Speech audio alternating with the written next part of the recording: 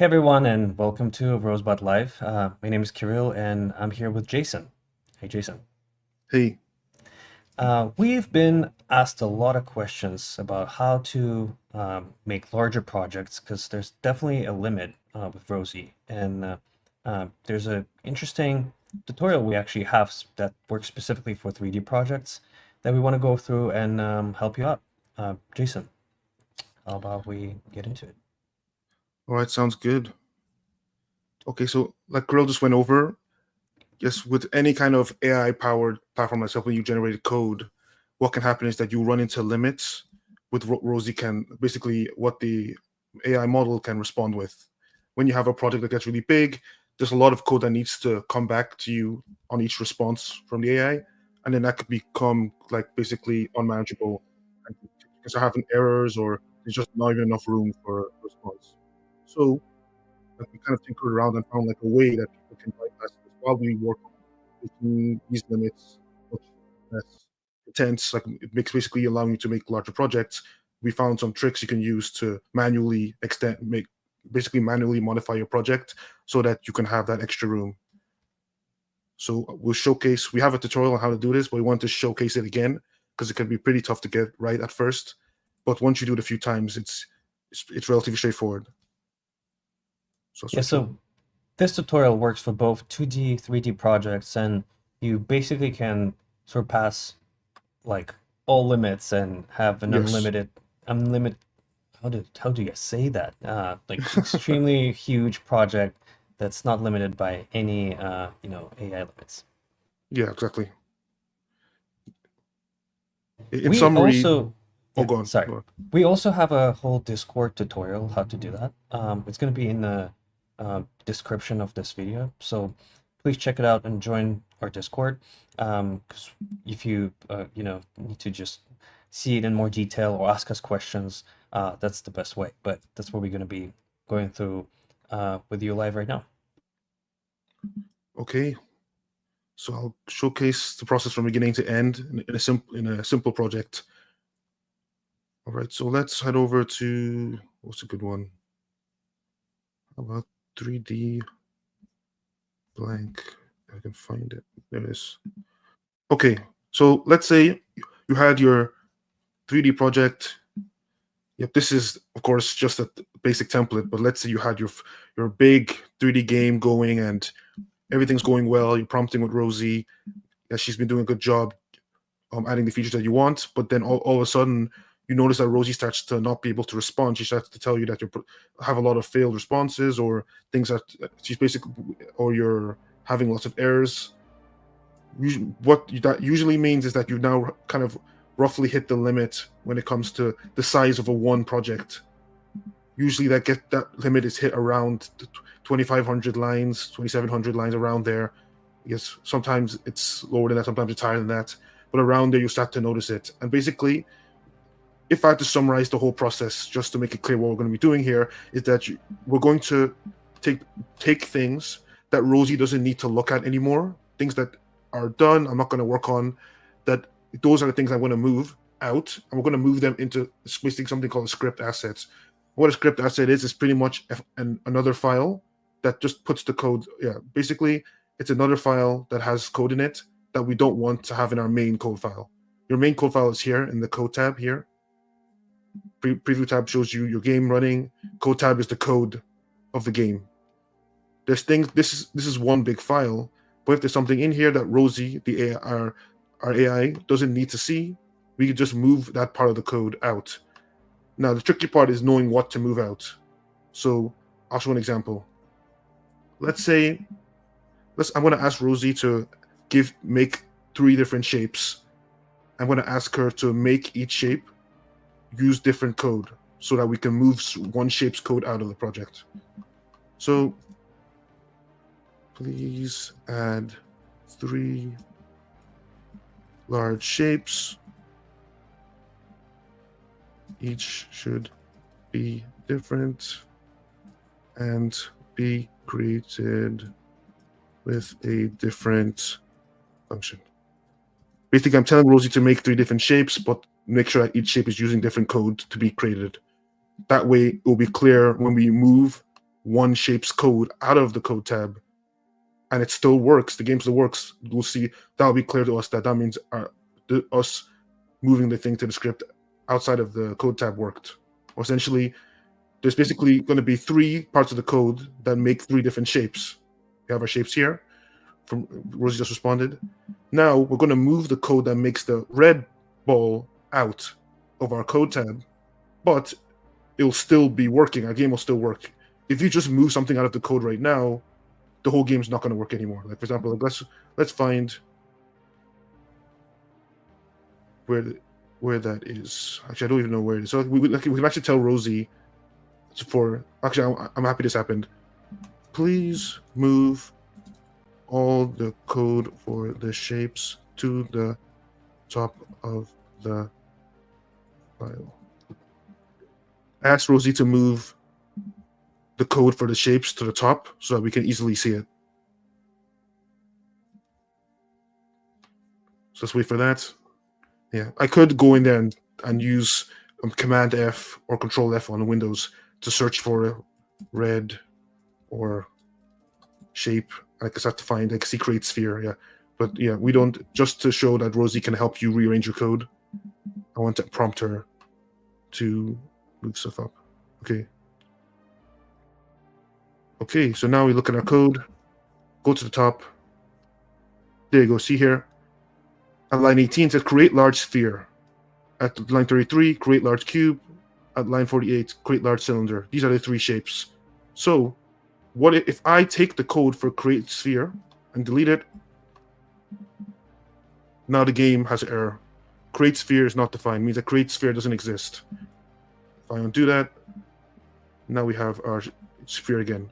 So, let's say we just hit the limit. This is definitely not the limit of Rosie. Like, this is only 633 lines. But let's say right now we hit the limit. We can't prompt anymore because we have too much code in our code tab. If we want to free up space in here, we want to delete stuff. But we can't just delete stuff because, as we saw just now, it's going to cause error. But if we use the approach that we're about to showcase right now, you can just copy. Let's find our create sphere again. Copy, create sphere, and then move it to a different file. But we'll do that right now. The first step we want to do is we want to go to the top and see all this stuff here. We don't have to understand what this is, but all this stuff up here pretty much is different things that Rosie is using to make our game work. These are like the system tools, think of it like that. The first thing we need to do is do something like this. We need to basically write a bunch of lines of code that say window dot whatever the name. Yeah, don't worry about the errors here because I'm working on the code. Window dot whatever is up here in this list. So the first thing's 3 is equal to 3. Oh, sorry about that. I have to do this for everything here. The reason why I'm doing this is that when I do window dot something, it makes every single file of code will be able to use these. Right now, only code that's inside the code tab can use these. So if I create a new file, like I said I was going to, and then I move create sphere into that file, it's still not going to work because create file is trying to see over here in this line here, the create sphere function is trying to use 3.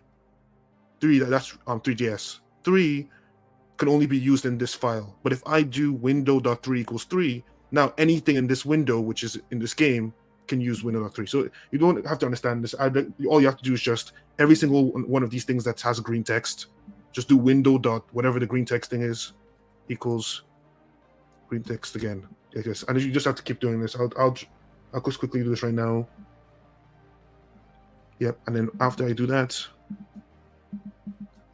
then we can go and create our new file. Try to do this fast. Well, okay, but while I'm doing this, I'll keep explaining. After this part, we'll create our new file, and then our new file is going to have the create sphere code in it. And once we've moved create sphere into that new file, then we can delete it from here and it'll still work, which you'll see soon. Okay, almost done. This is a pretty important step. If you forget this step, this process doesn't work that well. Okay, so now I've done it. I did window dot this equal window dot whatever the green thing is equals 3. So now, and I done it for everything. So now we're good to go for the next step. I want to move create sphere out. So I'm going to copy create sphere like this. Then I'm going to go to a code editing tool. Now, there's plenty of code editing tools online all over the place. They're free. But I'm going to use VS Code because VS Code is a pretty popular one that's free. I have it downloaded. There's also a web version of it. So I think I will go to the web version of it just to be clear. So let's go. I'm going to go to a new tab here and say VS Code Web. There you go. Then I click this one here, workspace. Okay, now I have editor. I'm going to click new file. It's going to ask what kind of file it is. I'll say, okay, I'm just going to type in, it's called red sphere. Created it. Call it redsphere.js. I'll save it to downloads. Yeah.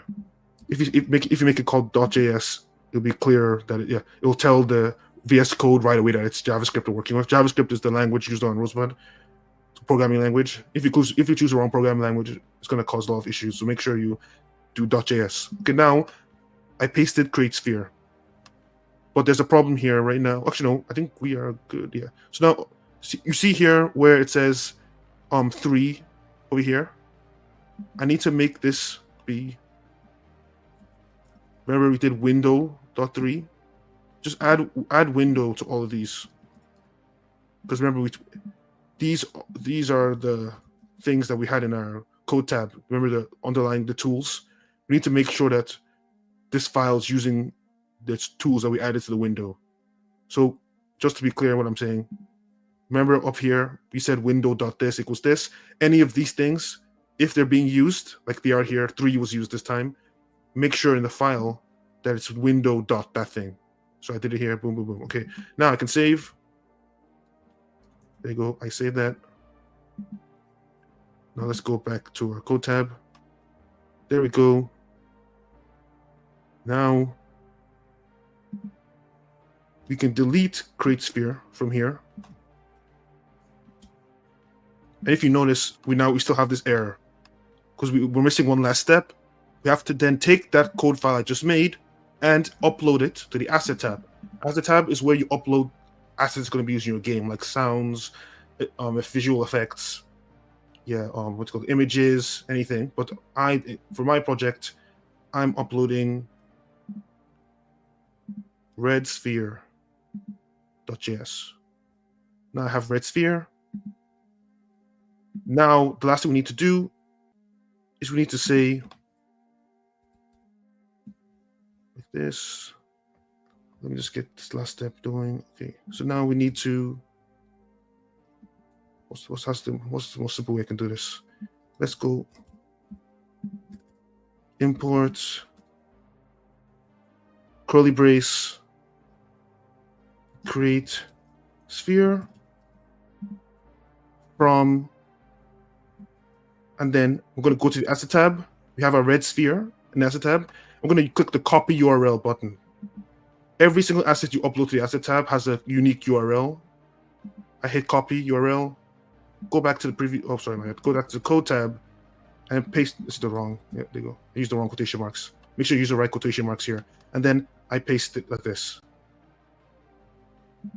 There you go. Import create sphere from. Yeah.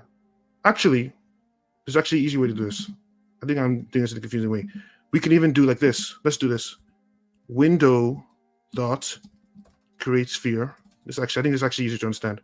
We're going to do window dot create sphere is equal to create sphere. Remember how we did that before for the stuff on top of our file? Let's do that. Actually, I shouldn't have done the other way. The way I did it before is confusing. So I'm going to re-upload the file. So let's go back to asset tab, delete that old JS file we just uploaded, upload a new one. This one now has window.create sphere. I'm going to copy URL, head back to code tab. I'm going to delete this whole thing. And instead I'm going to say, go down here. Now I'm going to find any place in my code that tries to use create sphere. So I'm going to search. I use Command F to be able to search here. This says create sphere is only used in one place. See, 1 of 1. Sphere is equal to create sphere. I'm going to change this to say window.create sphere. Like this. There we go. Awesome. And then, yep, there we go. That's good. On the last step, goodness, that's my bad. And then the final step is for us to actually import it. Actually, I shouldn't have removed this thing. This is the last thing you have to do. So import create sphere from, and then we go to Asset tab, copy. Did I call it red sphere? I should call it create sphere. I don't know why I called it. There we go.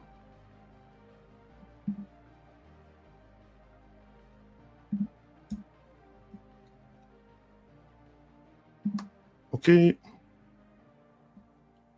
Did I do something wrong? Or maybe it's like this.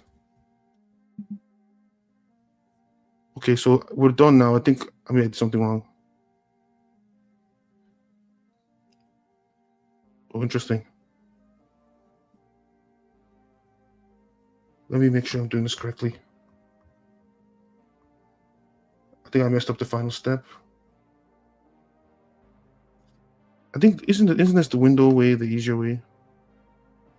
Okay, I guess the window way, the easier way I did it didn't work. So we're gonna just do the old way I was gonna do it before. So the old way I was gonna do it, I'm being confusing, so I'm just gonna make sure I do it the way I said. Is you basically what you need to do is that, remember over here, this is that create sphere code. We need to put export at the beginning of the line here. So I said create sphere is a function that we made. It's just the function that creates the sphere. Put export in front of it. And then over here, like we did before, put the curly braces around it, like this. There we go. Now I have to, again, re-upload it. Every time I change red sphere, I have to upload it again. That's my bad. Okay, there you go. Now it actually works. It's my bad. I shouldn't have tried to do a second easy way. I should have just done it the way I said. Okay. Paste that here. There we go. And then we have to go back. I remember I changed it to window.createSphere. We need to change those back to just regular createSphere. There we go. Okay, good. So now, yeah, I'm happy this happened. We got an error here, but now the file's actually working. What's happening now is that it says scene is missing. What's happening here is that, see this thing that says scene here? Scene is something that's inside the code tab, but not inside the asset tab. So whenever you see something that says, oh, uncut reference error inside our external file, we need to go to that thing, find it, scene. You're gonna have to, this step you have to do this a lot, but only at the beginning of the process. So we have to find where scene is for the first time. See here, const scene. This is where scene gets created. So I need to say window.scene is equal to scene. There you go. And then now go back to red sphere. Change anytime anything that says scene, it's just one thing. Anything that says scene in it, I say window.scene instead. Save this file. Make sure you're deleting the old ones. Upload new red sphere file. Replace the one I import like this. And finally working. So now, even though we removed create sphere from the code, create sphere is not in the code anymore. We look in here, and red sphere is here. So I know that did seem confusing, but the steps to do this pretty much are: first step, you do window dot for all the stuff that you have see as green text here, because these things are the most commonly used things that you'll need in almost every file. Then you create a new file, move whatever you want to move out. Then when you move everything out, You then have to go here, create a line that says, oh, sorry, my bad. You have to put export before everything that you want to use, like I did. Then you import it back in, but yes, using curly braces, the name of what you're importing, and then the URL of the asset, which you would have uploaded to the asset tab by now. And then after that, it will work unless there's stuff inside the file that is only in the code tab, like scene. Remember how scene was only in the code tab, but it wasn't actually in here. Because remember, this file is separate from the code tab, so can't see everything there. So if you want to use stuff from the code tab inside your file here, like scene, for example, scene is actually a very common one. Then you go back to the code tab, do window.scene equals scene, and now you can do window.scene in any file you want, and it will be available. Yeah. But yeah, I recommend like if you want to follow this process on your projects, watching it like once or twice and follow along with your project. And once you've done it, especially when you do it yourself one time, you remember the steps. You can pretty much just have a checklist. And you usually only need to do this when your project's super big anyway. So you don't have to do this for every time. But anybody who wants to create unlimited projects, 5,000, 6,000 lines long, 1,000, 10,000 lines long, if you want to get to the project that size right now, you do need to go through this process. But the good thing is that if your project is well structured and you've done it a few times, it's not too hard to do it. Do you think there's any reason for people to use this even for smaller projects, maybe like 500 lines, 1,000 lines, or it's not really needed? Can it improve like Rosie's performance? Yeah, that's actually a good question. Yeah, it definitely can be useful early, because what can happen is that one of the worst times to actually do this process is to do it when your project is right at the limit already, because then you can't even ask Rosie to help you. Like, oh, what should I move out of my code, or what's safe for me to move out? You can't ask those kind of questions if your project's already full, right? So if you start moving stuff early, like, oh, okay, I finished my menu, I'm not going to change it anymore. Let's move it out of the here into a separate asset tab so I don't fill up my space. I have 500 lines. I only have 500 lines of code, but I don't want to like get to 2,500 and then hit the limit. So I might as well just remove the menu. Now I'm back to like 100 lines. Now I'll prompt again. You can do that too. It takes discipline to do that, but if you do it, then you probably will never hit the limit unless your project's super large. Nice. Any other issues people might have with this, or maybe you noticed like some recommendations from power users? Because you answer these questions all like every week, multiple times. Yeah, I'd say the two. I already said one of them, which is that Yeah. people who get stuck on getting to the point where the project's too big, and then they don't really know what to move. Because people Yeah. who don't have experience with code, they don't even know like what's safe to move. They don't know what's being used by other things. One of the things you don't want to move, you don't want to move. Let's say you have like you make like an enemy type. Like you ask Rosie to add enemies, and then Rosie makes like an enemy type. And then what happens is if she makes an enemy type, which is usually a class in code pretty much like a blueprint on how to make things. She makes a blueprint of enemies, and then if you move the enemy blueprint out, but Rosie wants to make a new enemy, she may not know what to do because she can't see the blueprint. That happens a lot if you move the wrong thing. So that's why you can ask Rosie, if you haven't looked at code and you don't want to, you can say, Rosie, in my project can I move to a separate file so I have more space in the code tab? Then she'll tell you what's good to move. But the thing is, if your project's already full, you're already at 2,500 lines, then Rosie's going to be like not being able to respond, because that's the whole problem in the first place. You hit the limit and Rosie's not responding that much. So you definitely don't want to, especially if you don't want to look at code, you want to start this process earlier. I'd say that's probably the main advice. Nice. This is great. Thank you, Jason. And to remind, we have a Discord tutorial where, like an article where you can follow step by step, maybe without this video, but whatever you Mhm. prefer. I'm going to link that Discord tutorial in the description of this video. Jai, so we have a question. Are you going to add anything? What do you mean to the game that Jason created, or You have a game making session. yeah? Hmm. Well, I know we have as well Rosebud Lounge office hours right now on Discord. Hmm. And if anyone is watching us, please join our Discord and drop into the Rosebud Lounge channel where we can chat with you live. And Jason, should we move there? Yeah, sounds good. All right.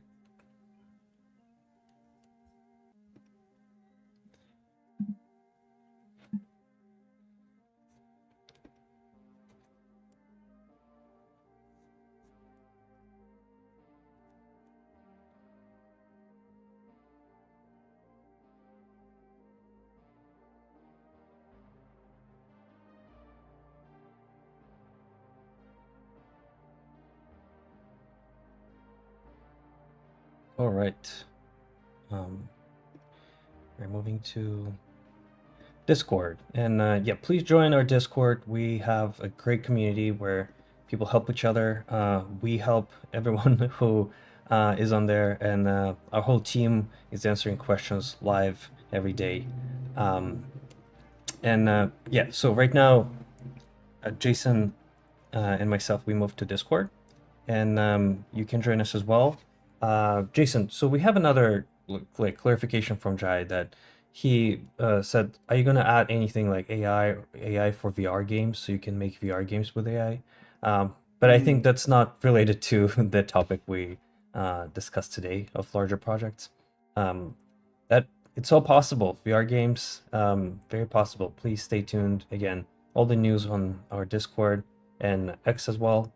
So could be VR game yeah, exactly. generator. Yeah. Yeah. Well, so he's following up. So is there ever going to be a VR game generator? Um, well, who knows? Most likely. Uh, we definitely will work on that. Jay, have you made any games on Rosebud yet, or you just curious for now?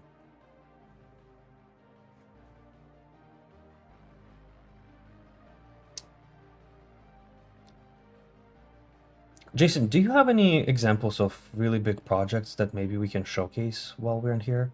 Because I know we have Sure. some of them like from back maybe a year ago. I remember a project where you can like have different features basically that they're tied together. But if you have Mm, some others from top of mind, that'd be fun. sure. I'll share my screen. All right. Also, Jai just replied that um, he's in the process. Well, please share your games whenever you create them because we would love to see. Exactly. Yeah. It's great to see him. Yep, and especially if you're on Discord. So we have Game Showcase channel where you can post them, and yeah, that's the best way to reach us. Okay, let me see. What's a good one? Can you Madness. usually 3D tell? Madness. Can you usually tell from just looking at the thumbnail of the game if it's a larger project or a smaller project? Yeah, well, even I just remember I play everything once. So Oh, okay, yeah. Jason is a pro at all Rosebud games, so 3D Madness. Okay. 3D Madness. Yeah, that's a great one. Let me Whoa. shout out. It's going to be the top trending. You should see here. It's by Superior. Okay, the ground's usually not black. I don't know what happened, but we have all these here. We have the spheres falling, and then you can use these like physics powers to affect everything, like Whoa. lightning. Get a combo by destroying everything. You can have That's crazy. So it you used to have be wind not powers. It used to be not black background, right? I think I also remember that. Yeah, Hmm. yeah. That's I don't know what happened, but yeah, maybe it's under construction right now. But you have magnets, time warp to speed things up. But basically, in a game like this, if you have a game like this that has like multiple unique effects, you could Yeah. then finish off an effect and then move one effect to a script as like we move to external file. Have a one file for each effect, so it's much easier for you to figure out to kind of decide when you want to work on effect, or you can have more room in the main file to create your new effects And whenever you create a new effect, you can then move it to external file. So if we click remix, are we going to be able to see the structure of the project and all the files? Yeah, because so we have a remix feature for all the projects, unless the game creator prohibited that button. Yeah. Yeah. And you can actually see how they, approach the separation of different features and, aspects of the game. And I guess if we hmm go into assets, right, are we going to see a lot of those files? Oh no, we can. Huh. Okay, so Well, the file. Interesting. this product might not be used. This might just be everything in the main file. Okay. Oh wow. Yeah. So we can see. Wow. This one is definitely pushing the limit. This is 3,000 over Yeah, 3,000 lines. Wow. it's about the limit. Yeah, like this, is like Well. maximum.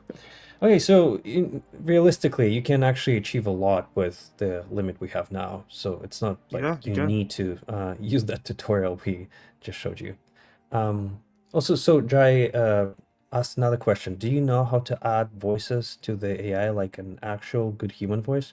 I think he probably means to NPCs. And I think, Jason, don't we have examples of games where NPCs have voices? But I think they're scripted ahead of time, right? Or Oh what's the yes, yeah. way? Like you provide the files.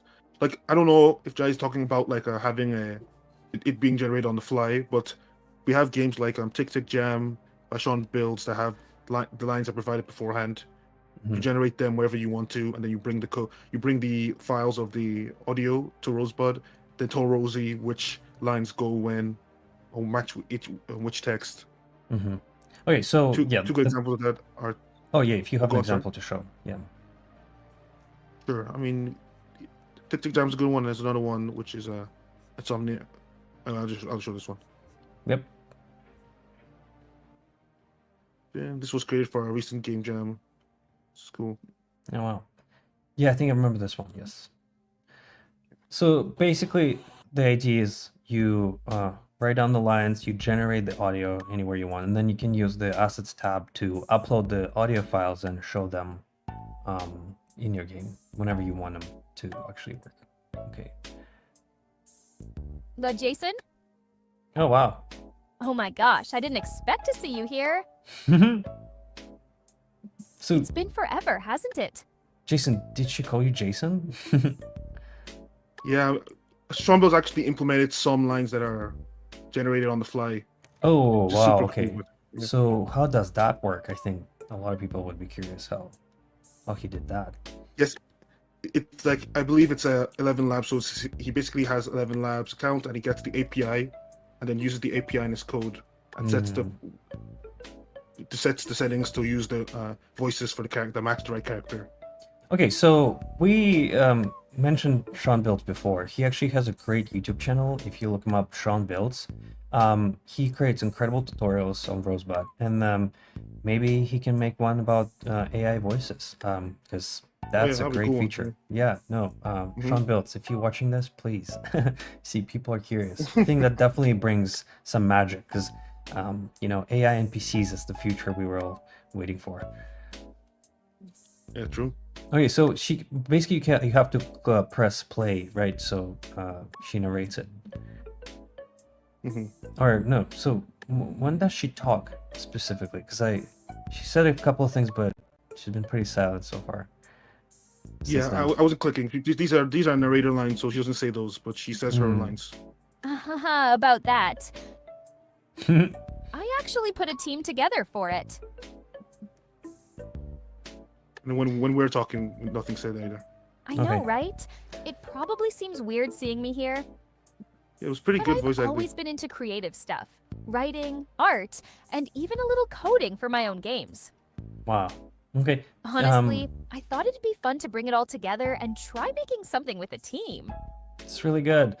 Let's actually jump Mhm. into Remix and see what's the nuts and bolts of it, because that could be curious. Like, are we gonna see again a lot of different? Is this a remixable project? No, most game jam Oh, submissions weren't. okay, okay. All right. So people are protective of their games. Yes. No wonder. Yeah. So who created this one? We gotta give him a Sean shout out. built. Sean. Oh, so gosh, Sean Builds. Yes, that's your game. All right. Well, That's pretty. Jai, I hope you. Where's the next time that you're gonna live? Because I gotta go. We're gonna be live next Monday. So on Mm-hmm. Discord you can see the schedule of our Rosebud lounge hangouts, and yeah, we usually just stream a little bit earlier on YouTube to cover a specific topic, and then we jump into Discord where you can also join us and a lot of others who use Rosebud. So yeah, have a nice one. Yeah. I know we gotta go. Yeah, you have a good one. Also, I recommend you check out Evening's Embrace. That has extremely good narration as well. Cool. Yes, Another that's story game. I remember that one. It's a hit. Yes. Nice. Any other multi-file? Maybe just to wrap this up, we can show. Because okay, so we actually haven't shown the multi-file because the one, the 3D one you initially showed was not multi-file. Not Yes, I multi-file. can. Gosh, very large. Yeah, Multi-file yeah, is very something large. Yeah, that's coming soon. Excuse me. yeah, Haha. different. Yeah, Nah, I yeah. didn't mean I mean, to. if it, no problem. What do you want to say? Preview. No. What I was saying was that there's a very clear example of this feature working well is actually one of our templates, even the AI character template. It could show it also uses the approach where you have in the main file you have basically a chat with AI character here that you define. All you have to do to change the character's personality is by changing what's described in its description. But like almost all the code for the actual character, how it works, is not even here. The project is only like 126 lines long, but it still works because all the code for how this interface works, there, the loading icon, the ability to reset the chat, all that's basically in a script asset. And you can see if you go into code, it's called here AI character template script asset. I see. If you open up this file, which I can do right now, honestly, you see there is a Whoa. bunch of code in here. Yeah, Yeah. you don't have to worry about that. You can just use it and prompt with your character. Nice. Can there be any issues with Rosie using those scripts, or usually it just works really well? Oh yeah, there could be issues. Yeah, probably the main one is that you move something to the code into the script asset, thinking that you don't need it for anything. Then Rosie needs to look at it to be able to create something new, like almost like referencing something when you're making a new thing. Like, oh, actually, I'm making a hero, and the hero needs to damage the enemy. So then I need to know how the enemy works, and then I don't have it with me. It's in a code script asset. Then Rosie starts to like maybe make like kind of like infer what's going on in that script asset, which can be a problem. One of the ways to get around that though is you can actually just go to the script asset that you have, copy and paste the code from it into the chat, so Rosie can see it that way. You don't actually have to bring all the code back from the script asset into the code tab. If Rosie needs to refer to something, you can actually just copy the code. Let's say this was my script asset. I copy the code like this, I paste it here and say, hey, this is how my enemy looks. Please make it hero. Then she's like, Oh, okay, thank you for giving me the enemy. Now I can make the hero because I can see what the enemy looks like. nice. Pretty useful trick. Yeah, love that. Well, that's pretty cool. Do we have any 3D games with you know, that are really big and using the scripts that you know of? Or maybe we can just like look into them real quick. Sure. Maybe Checkpoint Collection might. Actually, let me check. Yeah, Checkpoint Collection. Yeah, a lot of them are non-remixable. Check Chentron as well. That's not even 3D. Yeah, Last Man might actually. Let me see. Mix real quick. This is a super cool FPS game. No, this looks like one file. Yeah, it is. Maximum one file. Wow.